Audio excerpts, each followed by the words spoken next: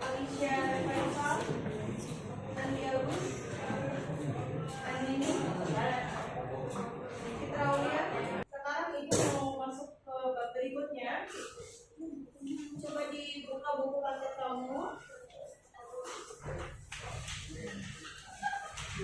tentang sumber daya alam.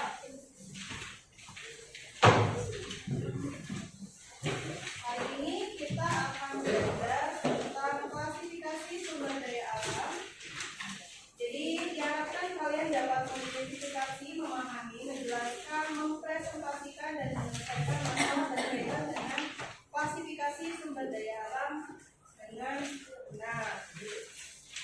Kemudian selanjutnya itu ada di halaman berapa? 59/3 ya berarti. Oke. Kalian tahu nggak sumber daya alam itu apa sih? Coba jangan lihat itu. Apa? Segala sesuatu yang ada di bumi bisa diapain? Untuk kebutuhan manusia, untuk kebutuhan sehari-hari, untuk kebutuhan manusia. Ada lagi? Ada lagi?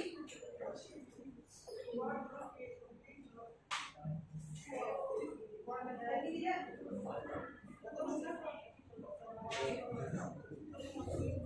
Sudah? Oke, nanti kita pelajari ya supaya kalian bisa lebih memahami apa itu sumber daya alam dan klasifikasinya. Aku mau berikan sedikit video.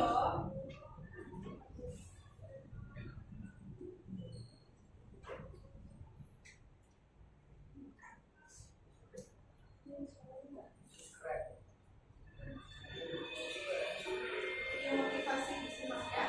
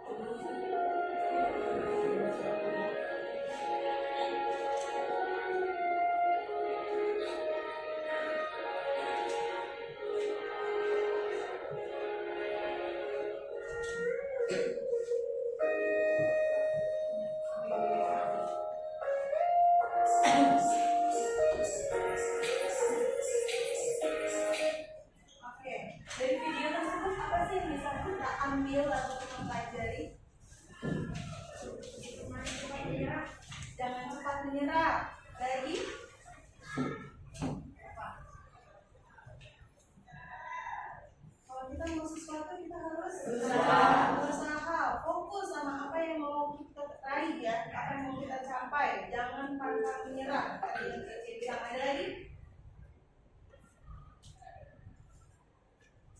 Hah? Oke? Serahkan semuanya pada Tuhan, pasrah. Insya Allah akan ada jalan. Tadi di video akhir ada cutikannya, ya kan? Kalau kita berusaha, kita mau berjuang, apapun bisa kita raih, walaupun harus bersusah-susah dahulu ya. Seperti itu. Nah, begitu juga dengan materi yang akan kita pelajari tentang sumber daya alam. Sumber daya alam di Indonesia banyak nggak? Apa aja yang kamu tahu? Banyak, gas, terus batu bara, sawit, apalagi? Kalau dari hutannya, sawit, jati, apalagi? Kayu. Bisa kita ambil ya, rotan. Indonesia terkenal akan menghasilkan rotan terbesar di dunia. Terus apa lagi? Pohon karet. Padi bisa, kopi bisa. Banyak ya, berarti banyak banget ya, dari mulai hutannya, terus juga dari pertambangannya tadi kalian sudah sebutkan, dan juga ada lagi dari pariwisata. Ya, kita lihat Indonesia banyak sekali potensi wisata. Apa aja yang ada di Indonesia?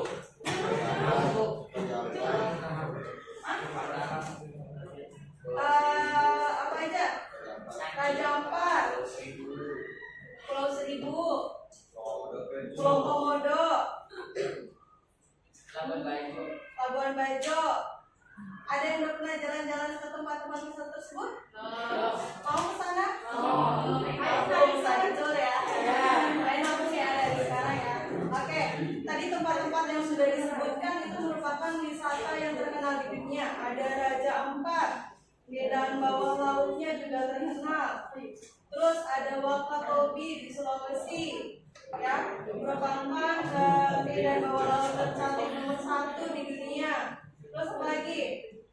Pulau Komodo, satu-satunya tempat yang masih ada fauna purbanya, ya kan, reptil raksasa terbesar di Indonesia itu hanya di Komodo. Terus apa lagi? Ada yang pernah ke daerah Jawa Timur? Kawah Ijen? Kawah Ijen pernah dengar? Apa itu? Jadi di Kawah Ijen itu ada airnya, ya. Jadi kalau kamu nyalain kompornya apinya warna biru. Nah, di gunung-gunung lain kan biasanya warnanya merah. Itu cuma ada beberapa di dunia, salah satunya ada di Kawah Ijen di Jawa Timur, ya. Jadi banyak banget. Satu lagi Pink Beach, ya, masih di daerah Labuan Bajo, Komodo sana, ya, masih di daerah Nusa Tenggara. Jadi Pink Beach itu adalah pasirnya berwarna pink. Dari apa itu? Alga, ya, dari alga yang berwarna pink. Jadi banyak di pantai-pantai di dunia ini, tapi salah satunya ada di Indonesia, ada di Pink Beach, ya, International Komodo. Oke, kita lihat dulu pengertian sumber daya alam. Sumber daya alam tadi sudah disebutkan segala kekayaan alam yang ada di bumi yang bisa kita ambil, segala sesuatunya yang sudah tersedia untuk kebutuhan hidup sehari-hari. Tentunya dari siapa? Dari Tuhan, dari Sang Pencipta. Karena itu kita harus bersyukur. Ya, di Indonesia semua bisa ditanami, bisa tumbuh, ya. Kalau kita lihat ke sebelumnya, ke sejarahnya, dulu kenapa kita dijajah? Banyak sumber daya alam bermanfaatnya, ya kan. Di Eropa nggak bisa ditanami seperti itu, makanya dia cari negara yang punya potensi rempah-rempah. Nah, Indonesia yang terkenal di situ ada Maluku, ya, saat itu yang pertama kali dimasuki oleh penjajah dari Eropa. Oke, sebelum kita kupas klasifikasinya, silakan kalian buat kelompok. Berapa orang? 29. Satu kelompok 5 orang, ya. Ada 6, boleh. Oke, silakan dibentuk kelompok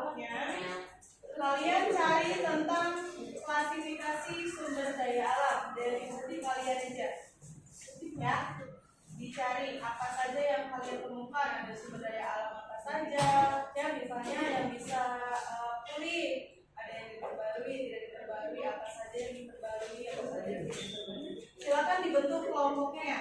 Satu kelompok ada yang 5, ada yang 6. Silakan.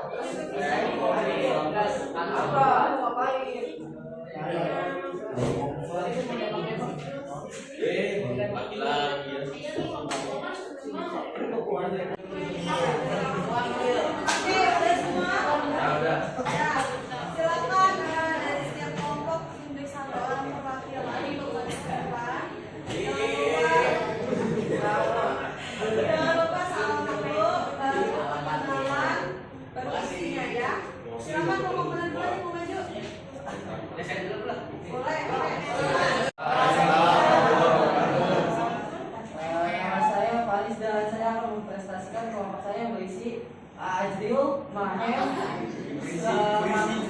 Farhan, Sultan, dan Ali. Saya akan mempresentasikan yang saya catat dengan kelompok saya. Klasifikasi sumber daya alam.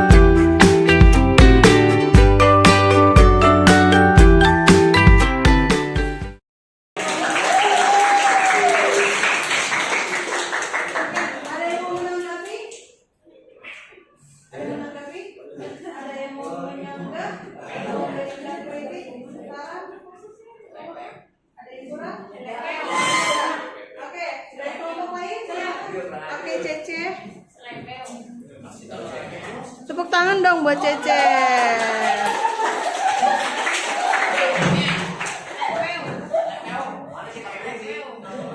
Assalamualaikum warahmatullahi wabarakatuh. Ini saya mewakilkan kelompok saya untuk menjelaskan klasifikasi sumber daya alam. Di sini kelompok saya ada Tasya Rizka, Novianti Rashid, Hayu Susilowati, Bisa Laurina, sama Nika Waliat. Klasifikasi sumber daya alam.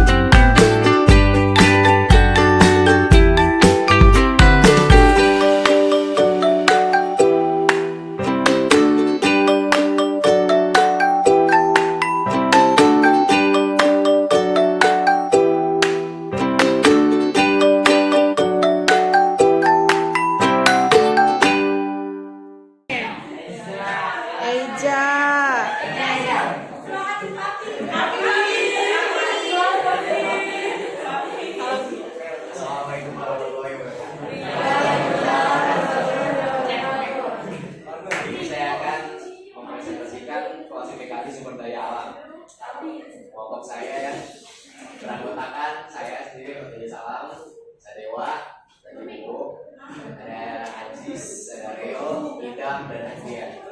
Sumber daya alam adalah segala sesuatu yang dapat diperoleh dari lingkungan untuk keperluan manusia. Dan dalam sumber daya alam ini memiliki klasifikasi. Yang pertama adalah sumber daya alam yang dapat diperbarui. Sumber daya alam yang dapat diperbarui atau renewable resource adalah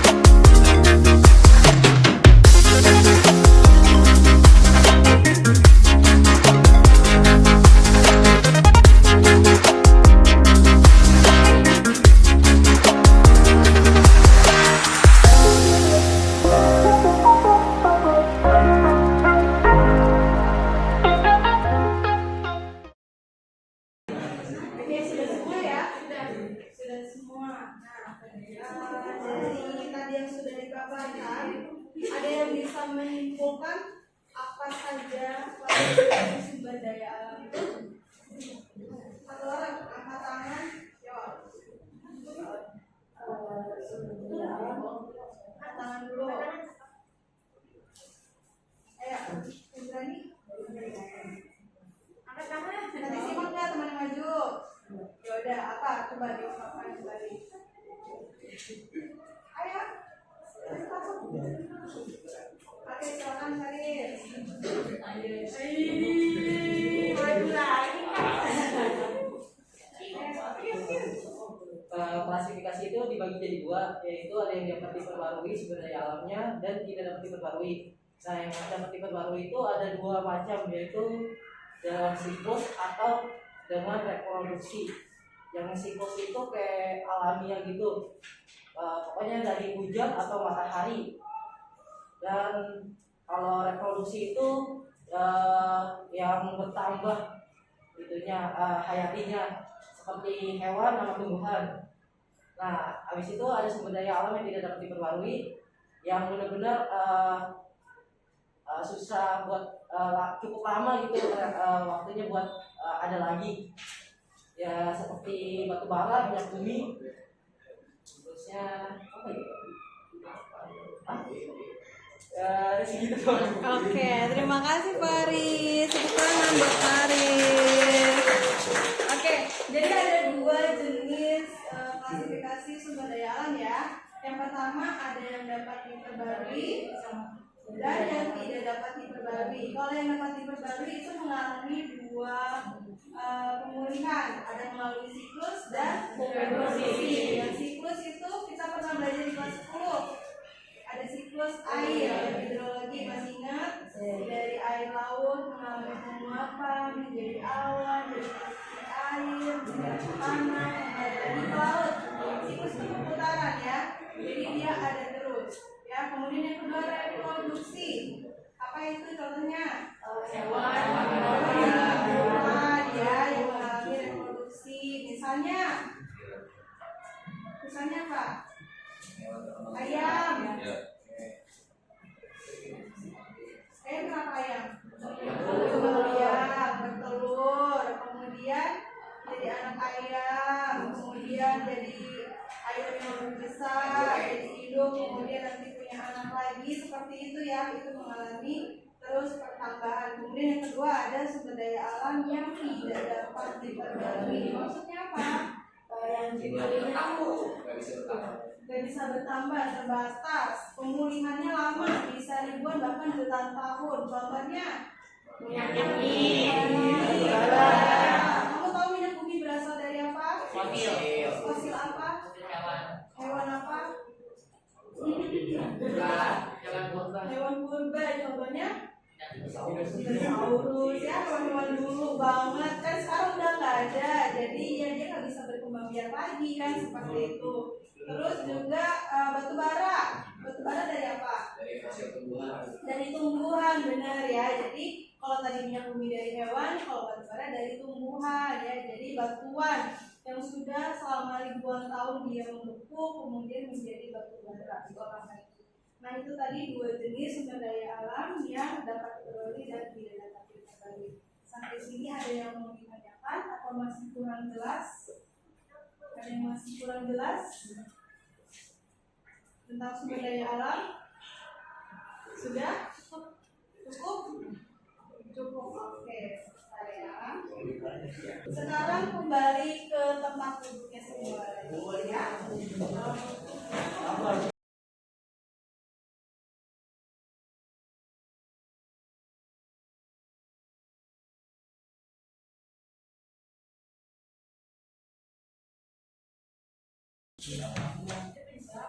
Oke, tadi kita sudah melihat dari setiap kelompok ya, informasi ke depan. Kira-kira gimana perasaannya saat maju ke depan? Biasa aja ya. Biasa kan ya dari kelas 10 dari presentasi gitu ya. Cara di depan kelas, apalagi teman-teman sendiri ya, nggak usah grogi. Biasa ya. Ya apa-apain juga. Nah ini ibu sedikit menambahkan materi yang sudah kalian tadi kumpulkan. Nah ini ada beberapa bentuk lainnya dari klasifikasi SDA. Ada yang berupa materi, ini yang kita ambil adalah langsung dari alamnya. Ya, contohnya di sini minyak bumi bisa diolah menjadi bahan bakar, bisa jadi bensin, premium, ya, bensin, after, pertamax dan lain-lain. Kemudian ada SDA hayati, ini berarti yang kita ambil dari makhluk hidup. Ya, tadi ada hewan dan tumbuhan. Ya, misalnya kalau dari hewan itu bisa kita ambil dagingnya, susunya, telurnya, ikan dan lain-lainnya. Kemudian yang dari tumbuhan itu ada padi, gandum dan lain-lain. Lalu ada SDA energi. Ya, ini yang dimanfaatkan adalah energinya. Contohnya minyak bumi, gas alam, batu bara yang bisa dimanfaatkan untuk menjadi energi baru. Kemudian ada SDA ruang, berarti tempatnya ya. Di sini misalnya tempat tinggal, lapangan, area terbuka, pertanian dan lain-lain. Kemudian ada SDA waktu, ini berdasarkan dengan waktu atau musimnya. Ya. Kemudian ada berdasarkan lokasinya, ini ada berjenis, ada terestrial, ini berarti di daratan. Ya. Contohnya ada hutan, tambang, daratan, dan yang kedua ada akuatik. Akuatik berarti laut. Uap air ya, berarti dari perairan. Yang bisa kita ambil dari ikan, laut, karang dan lain-lain. Kemudian berdasarkan proses terbentuknya ada biotik. Biotik berarti yang tumbuhan hidup ya, ada tumbuhan, hewan. Kemudian fisik ya, ini berarti yang abiotiknya ini dari alam, tanah, air, udara. Terus dari lingkungan di sini ada pegunungan, lembah, pantai, gunung api dan lain-lain. Ya. Oke, sampai sini ada yang mau bertanya? Saya Bu. Ya, silakan. kan di Indonesia memiliki SDA yang melimpah. Sedangkan kalau kita lihat di negara Singapura itu tidak memiliki SDA, tapi bisa maju negaranya. Kenapa Indonesia tidak ada maju dengan SDA yang melimpah? Oke, sebelum dijawab ada yang bisa menjawab? Karena Indonesia itu kurang modal, masih ada teknologi yang berkelas sumber daya. Oke, ada lagi? Apa? Sumber daya alamnya hanya dijual mentah. Yang dijual mentah. Terus kita nggak bisa ngolahnya, jadi balik ke pembuatan lagi. Kemudian ada lagi Sumber daya manusianya bumi. apa sumber daya manusianya? Atau pendidikan Indonesia. Bertempat di SMA. Jadi ngaruh ya. Jadi kita nggak bisa mengolah karena memang sumber daya manusianya yang kurang. Ada lagi? Atau faktor apa yang menyebabkan kita nih sumber daya alamnya melimpah? Tadi kan udah sebutin ada padi itu segala macam. Kita lihat negara tetangga kita seperti Singapura, dia sama sekali nggak punya sumber daya alam, tapi bisa maju.